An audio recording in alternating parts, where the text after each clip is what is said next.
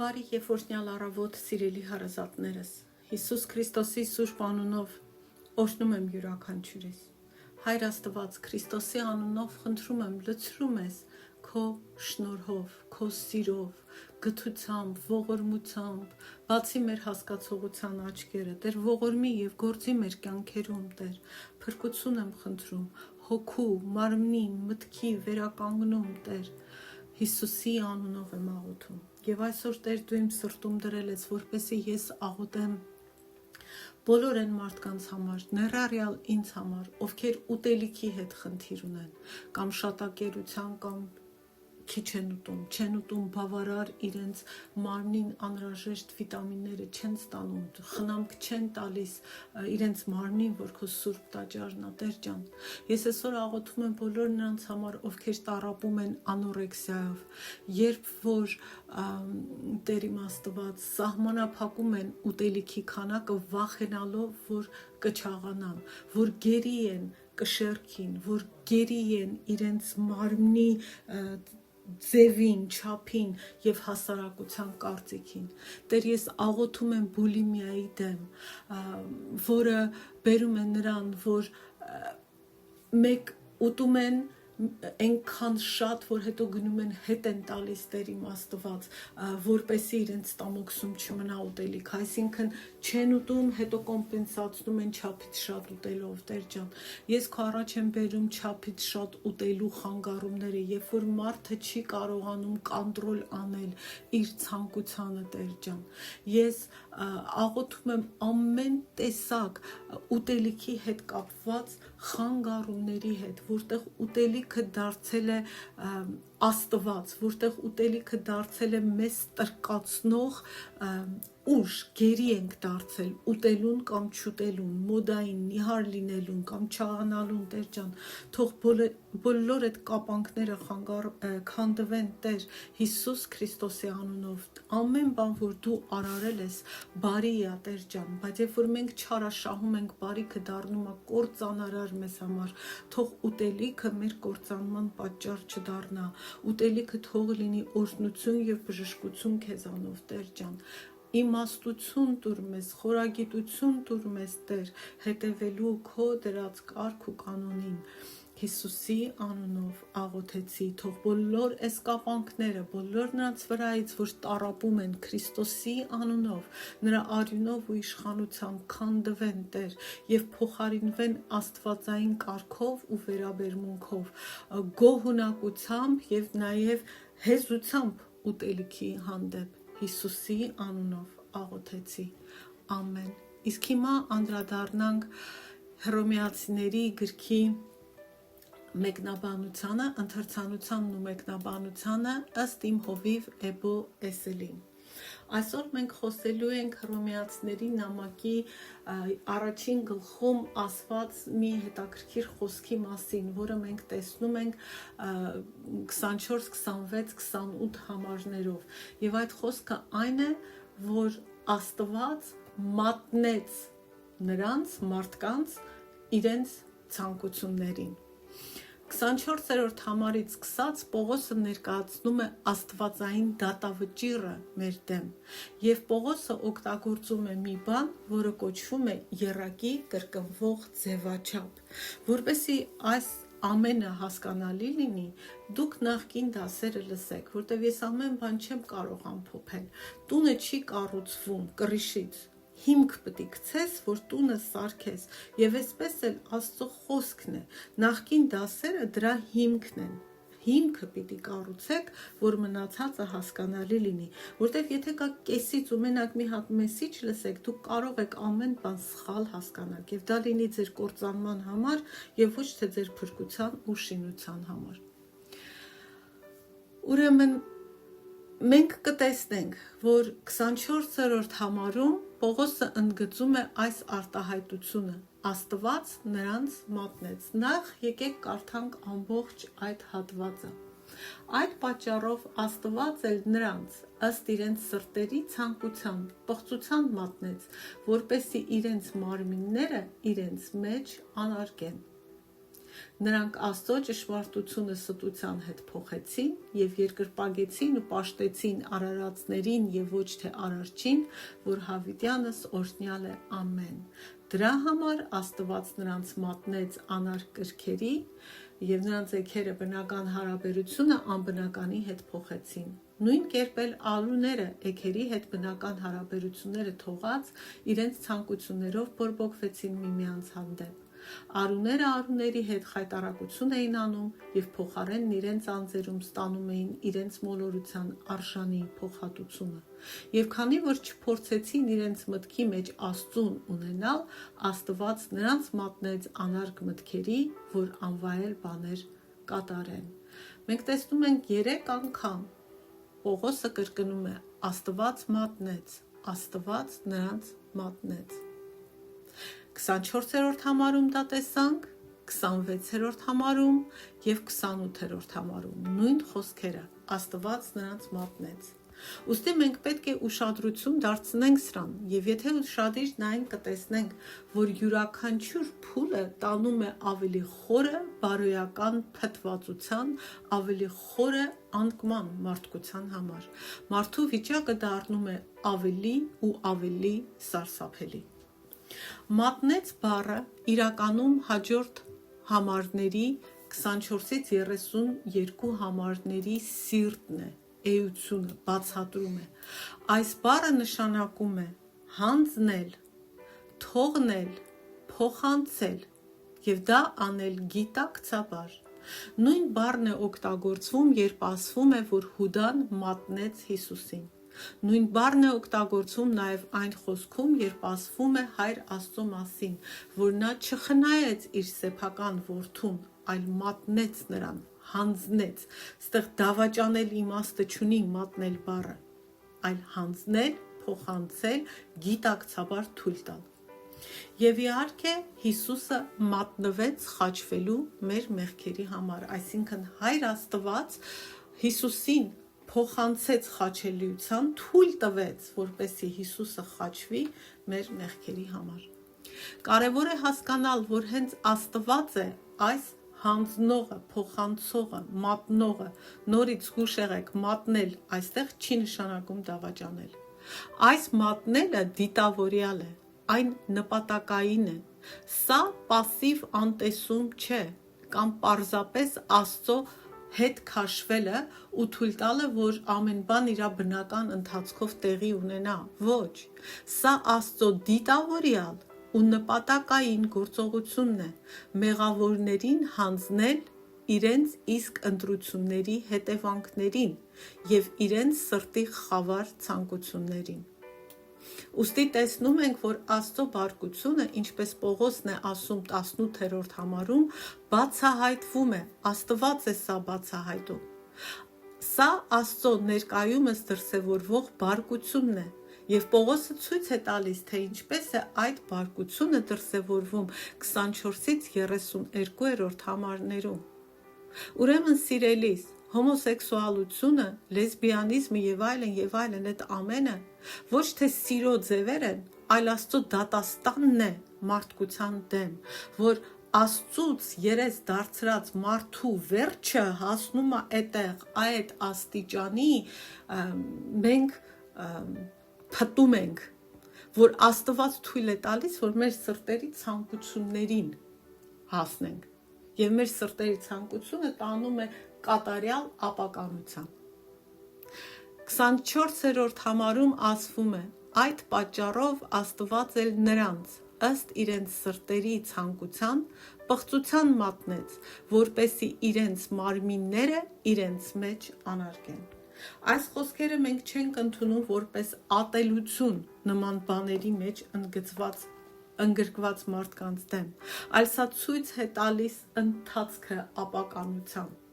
Այս մարդկանց համար աղոթում ենք եւ ոչ թե ատում։ Այս մարդկանց վրա Աստծո դատաստանը չենք կանչում, այլ Աստծո ողորմությունն ենք կանչում, որտեղ մենք բոլորս յուրովի ապականված ենք։ Դու կարողա դա չես անում, բայց դու քո սրտում ավելի սարսափելի մեղքեր ես գործում։ Կրկին մարդը համառորեն գնում է այն ուղղությամբ, որով Աստված չի ուզում, որ նա գնա, Եվ Աստված ասում է, եթե դա է այն ճանապարհը, որով ուզում ես գնալ, ես քեզ կթողնեմ։ Ես ինքս իմ ձեռքով քեզ կհանձնեմ քո ցանկություններին։ Այս մատնելը արտաքին պարտադրանք չէ։ Սա ինչ-որ բան չի, որ Աստված դրսից բերում է մարդու վրա կամ էլ Աստված ստիպում է մարդուն անել։ Սա արտաքին դատաստան չէ, սա այն է, ինչ արդեն մարդու ներսում է։ Աստված մարդուն հանձնում է մարդու իսկ ցանկություններին։ Դատաստանը այն է, որ մարդը դառնում է ստրուկ այն բանի, ինչին ինքն է ձգտել։ Մենք սկսեցինք աղոթել ուտելիքի դեմ։ Այդ ցանկությունները մեր ներսում են, ու մենք դառնում ենք դրանց ստրուկը։ Եվ Աստված ասում է, եթե դա ես ուզում, ես քեզ կթողնեմ։ Օրինակ, եթե մեր սրտի ցանկությունը Աստծուց առավել հարստանալն է, խմելն է, սեքսն է, բամբասելն է, ուտելիքն է եւ այլն, ապա Աստված կամ աշխատելն է, ապա Աստված մեզ կհանձնի դրանց եւ մենք դառնում ենք դրանց գերին։ Դրանք դառնում են մեր վրա ստրկատերեր։ Եվ դրանք մեր ցանկություններն են, բայց դառնում ենք դրանց գերին։ Առաջանում են այսպես կոչված կախվածությունները, կապվածությունները։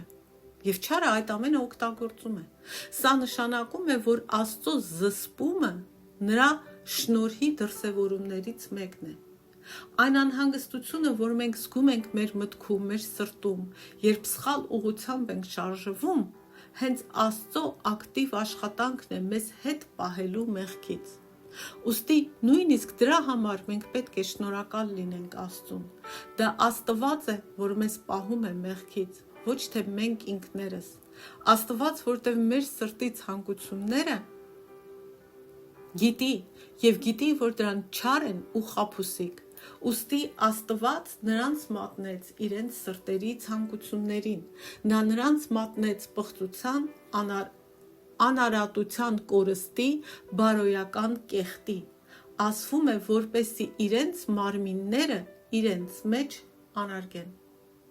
25-րդ համարում նա շարունակում է. Նրանք Աստծո ճշմարտությունը ստության հետ փոխեցին եւ երկրպագեցին ու պաշտեցին արարածներին եւ ոչ թե արարչին, որ հավիտյանս օրհնյալ է։ Ամեն։ Մենք նաեւ նկատում ենք փոխեցին բառը։ 3 փոխանակում կա, որ տեղի է ունենում, որի հետևանքով Աստված մեզ մատնում է մեր ցանկություններին։ Առաջին փոխանակումը տեսնում ենք 23-րդ համարում։ Եվ անեղծ, այսինքն ոչ մեկի կողմից չստեղծված Աստծո փառքը փոխեցին եղծելի մարդու թռչունների, չորքոտանիների ու սողունների պատկերի նմանության հետ։ Դա առաջին փոխանակումն է, որ մարդը արեց։ Փոխանակ Աստծուն երկրպագեց թռչուններին, չորքոտանիներին, սողուններին։ Երկրորդը տեսնում ենք 25-րդ համարում։ Նրանք Աստծո ճշմարտությունը ստության հետ փոխեցին։ Եվ երրորդ փոխանակումը տեսնում ենք 26-րդ համարում։ Դրա համար Աստված նրանց մատնեց անարգ կրքերի, եւ նրանց էգերը բնական հարաբերությունը անբնականի հետ փոխեցին։ Այսինքն երրորդ փոխանակումը, երբ որ բնական Աստծո կարգը փոխեցինք անբնականի հետ, հա? Երբ որ կինը ամուսնանում է կնոջ հետ, երբ որ տղամարդը ամուսնանում է տղամարդու հետ, երբ որ չգիտեմ, մարդը ասում է ես կատու եմ, ես ծառ եմ, հրաժարվում է այն ինքնությունից, որ Աստված է իրան տվել, փոխանակումը։ Սա բոլորը գահավեժ անկում է դեպի ներքև։ Ոնց որ գլխի վրա առանց որևէ պաշտպանիչ պարանների լեռան գագաթից գցվեց ներքև, գահավեժ անկում։ Մեր մարդկային վիճակը ավելի ու ավելի է վատանում։ Իսկ ինչու՞։ Որովհետև Աստված նրանց թողեց իրենց կամքին, հանձնեց իրենց ցանկություններին, որտեղ նրանք փոխանակեցին ճշմարտությունը։ Մեկ այլ թարգմանություն թարգմանության մեջ գրված է. նրանք փոխեցին Աստծո ճշմարտությունը մի ստի հետ։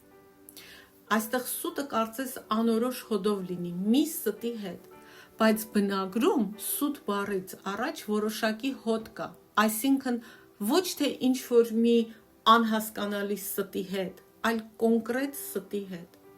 Ուրեմն ինչ Պողոսը նկատի ունի, ինչ է նշանակում կոնկրետ այդ սուտը այստեղ։ Խոսքը գնում է ոչ թե ցանկացած ստի մասին, այլ հիմնարար ստի մասին։ Սուտ վերբերում է այս անկումը։ Եվ սա այն սուտն է, ըստ որի արարածը արժանի է այն երկրպագությանը, որը պատկանում է միայն արարչին։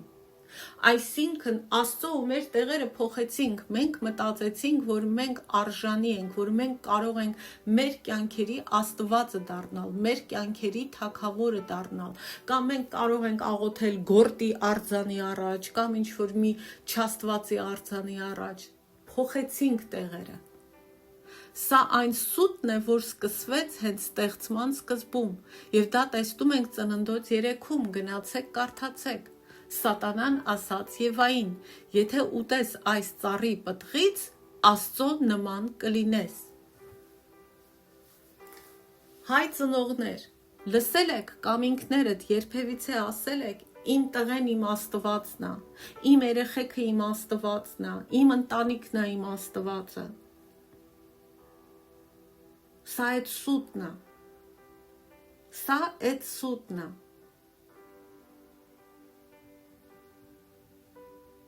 Իմ տղեն է իմ թագավորը, իմ թագավոր տղեն, կամ մի թագավոր Հիսուս Քրիստոս։ Եվ որ մենք նման փոխանակումներ ենք կատարում, մեր կյանք գալիս է այս գահավեժ սուտը, որ փտացնում է մեզ եւ վերջում բերում կործանման։ Նրանք փոխանակեցին Աստծո ճշմարտությունը ստով։ Ամեն անգամ, երբ մենք մերժում ենք ճշմարտությունը, մենք ընդունում ենք ստերը։ Քանի սուտ ես ընդունել դու քո կյանքում, քանի սուտ եմ ես ընդունել իմ կյանքում, կամ հիմա ընդունում։ Օրինակ Աստված ասում է ներիր, իսկ մենք ասում ենք ոչ,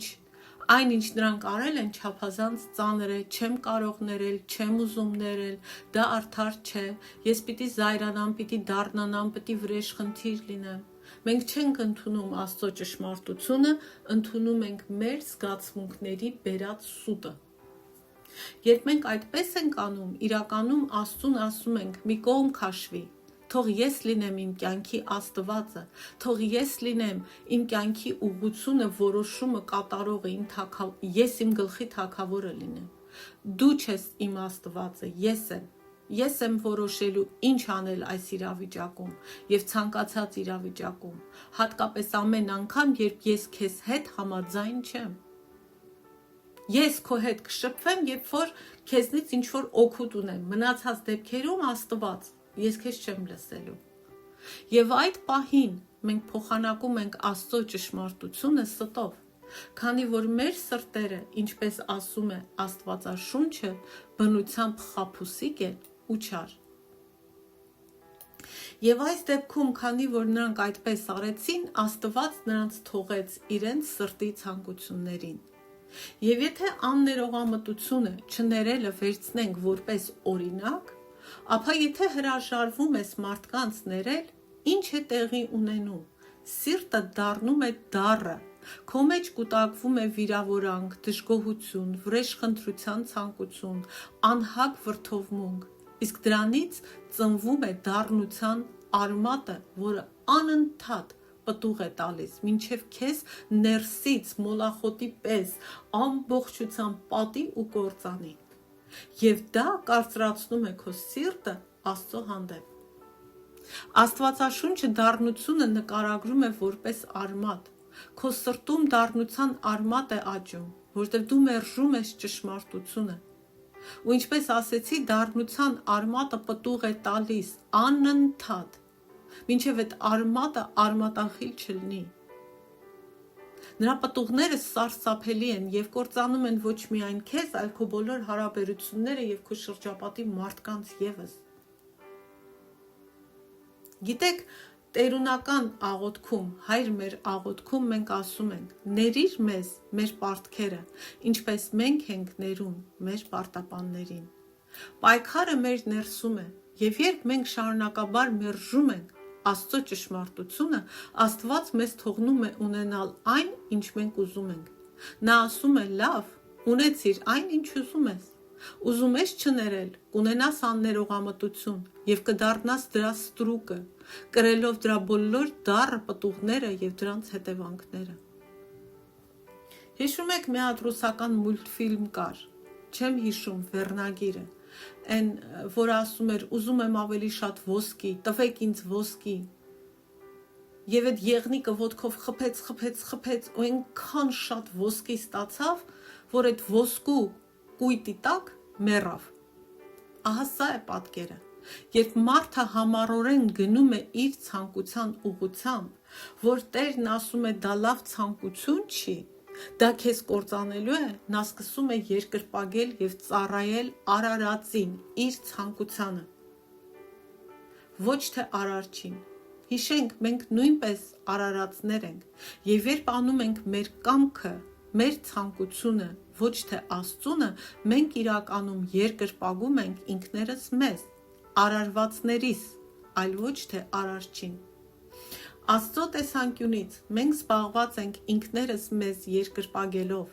ես ստեղծված բաներին երկրպագելով։ Մենք մեզ ենք երկրպագում, որտեղ մեզ համար այն, ինչ մենք մտածում ենք, ինչ զգում ենք, ինչ հասկանում ենք, ավելի կարևոր է եւ առաջնային, քան այն, ինչ Աստված է ասում։ Օրինակ, դու այնքան վիրավորված ես ինչ-որ մեկի արարքից, որ քո զգացմունքները դառնում են ավելի ուժեղ, քան Աստծո խոսքի հրահանգը։ Եվ այդ պահին մենք փոխանակում ենք Սուրբ Գրքի ճշմարտությունը մեր սրտի ստով, մեր զգացմունքների խաբուսիկ ստերով։ Եվ Աստված մեզ մատնում է մեր զգացմունքներին, ցանկություններին եւ ընտրած ճանապարհին, եւ դա այն է, որ կոչվում է Աստված կարծրացրեց նրանց սիրտը։ Աստված չի կարծրացնում, այլ երբ որ մենք հակառակվում ենք Աստծո ճշմարտությանը, չենք հնազանդվում, մեր սիրտը կարծրանում է։ Ահա թե ինչու Պողոսն ասում է. Աստված նրանց մատնեց իրենց կամքին։ Այսքանը այսօր։ Աստծո շնորհով առաջնորդությամբ վաղ կշարունակենք, կամ էլ երբ որ կարողանամ։ Ամեն։